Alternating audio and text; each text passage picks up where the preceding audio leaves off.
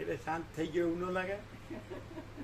શાંત થઈ ગયું લાગે પણ પોતાને ન ખબર પડે. મન હોય ને કે હું હજી શું ને હું ક્યાં વયો ગયો, એટલે જેટલું દોડાય એટલું દોડી લઉં. કાંઈ ન હોય, કાંઈ કરવાનું ન હોય, કાંઈ થવાનું ન હોય, એટલે એમ લાગે આપણે આ કર્યું. પણ એ કાંઈ હોય નહીં. કોઈ વસ્તુમાં કોઈ સાર ન હોય, પ્રકાશ ન હોય, ભ્રાંતિ જ હોય. પેલા તો હું એ જ પહેલા નંબરની ભ્રાંતિ, પછી દ્રશ્ય, એ બધું સાથે જ એક સિક્કાની બે બાજુ જેવું છે. હું ને જગત, દ્રષ્ટા ને દ્રશ્ય. એટલે એમાં ગમે એટલું બધું ફેરફુદડી ફરો ને તો એ કાંઈ નથી, અને પ્રકાશ જ છે.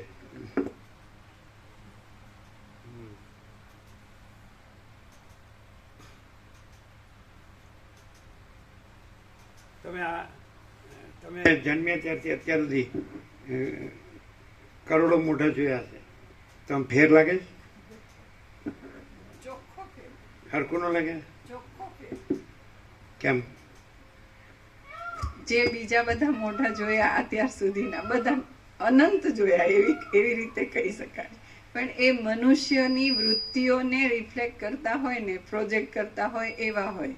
અને મનુષ્યની વૃત્તિઓને રિફ્લેક્ટ કરતા હોય, પ્રોજેક્ટ કરતા હોય એવા હોય. અંદર જે હોય એ બહાર આવે.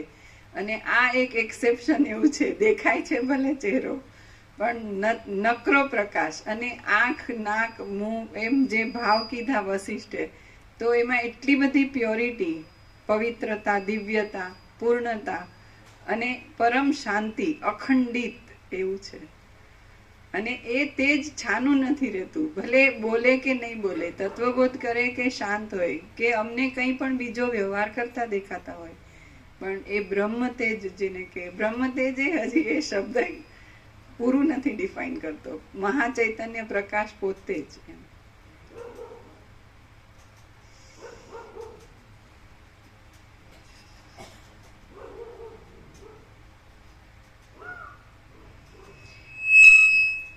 એ આકાશના ઉર્ધ્વ ભાગમાં રહીને મેં 10 દિશાઓમાં તપ્યા કરતા અને પ્રચંડ તેજવાળા એવા 12 સૂર્યનારાયણના સમૂહને ઉગેલો જોયો. વળી એ દિશાઓની અંદર તારાઓવાળા આકાશમાં વ્યાપ્ત થઈ રહેલી જાણે કોઈ જ્વાળા હોય તેવું મહાદેદીપ્યમાન ચપળ નક્ષત્ર ચક્ર મારા જોવામાં આવ્યું.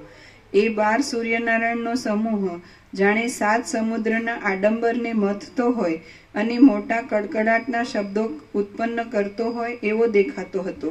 ત્યાં લોકોની અંદર અને અનેક નગરોની અંદર જ્વાળાવાળા ઉંબાડિયા ઘટ્ટપણે દેખાતા હતા.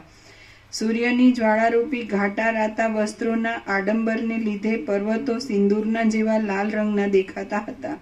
મોટા લોકપાલોના નગર સૂર્યોના પ્રકાશને લીધે દિશાઓરૂપી વસ્ત્રોમાં સ્થિર વીજળીઓના જેવા દેદીપ્યમાન દેખાતા હતા. અનેક નગરોના સમૂહો સૂર્યનો પ્રચંડ દાહ લાગતા કડકડાટ અવાજ કરી નષ્ટ થઈ જતા હતા. શીલાના જેવા ઘાટા પૃથ્વીમાંથી બહાર નીકળેલા અને દંડના આકારે દેખાતા ધુમાડાઓના ગોટાઓથી તથા સૂર્યોના પ્રચંડ તેજથી ભૂલોકરૂપી મંડપ જાણે હજારો કાચોના સ્તંભો વડે સુશોભિત હોય એવો દેખાતો હતો.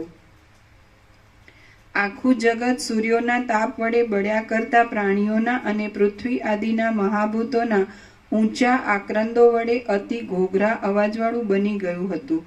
પ્રાણીઓના, ભૂલોક આદિના લોકોના અને તેની અંદર આવી રહેલા નગરોના પતન થતા હતા. તેથી ફાટી પડતા અનેક પદાર્થોના અવાજથી સઘળી સૃષ્ટિ મહાભયંકર આકારને ધારણ કરી રહી હતી. આકાશમાંથી અશ્વિની આદિ નક્ષત્રો ગરતા હતા.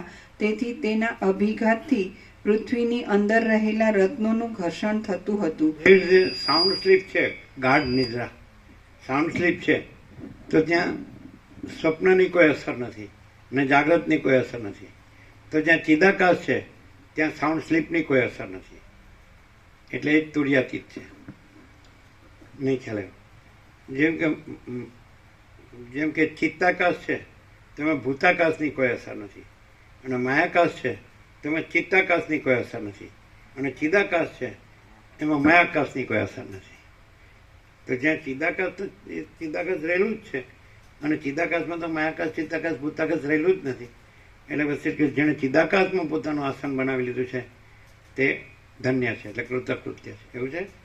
પછી જ્યાં એકવાર અવિદ્યાનો સંપૂર્ણ નાશ થઈ અને મહાચિદાકાશ સ્વયં પ્રકાશે છે, તો એને ઢાંકવાની કોઈનામાં તાકાત નથી કે શક્તિ નથી, છે ને એવું. અને રમણ કે જ્યાં અહંકાર નથી હોતો ત્યાં પરમાત્મા સ્વયં પ્રકાશે છે, એ પણ કીધું છે ને.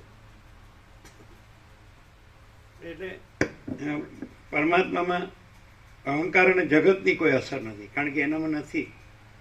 સમજાય? केवल अनंत चैतन्य प्रकाश परमात्मा है. अनंत कोटि ब्रह्मांडों त्रसरण जैसा भास है, भास हुआ नहीं, है नहीं, होगा नहीं, होता नहीं.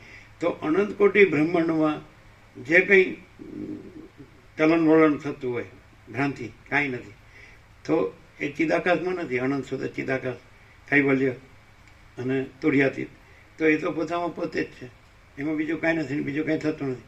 તો પછી આ બધું જે જ્યાં ભ્રાંતિ હોય તો ભ્રાંતિમાં ભ્રાંતિની પ્રતીતિ હોય, પણ ચિદાકાશમાં ભ્રાંતિ નથી. એટલે ચિદાકાશમાં ચિદાકાશ અનુભૂતિ જ હોય કે નહીં.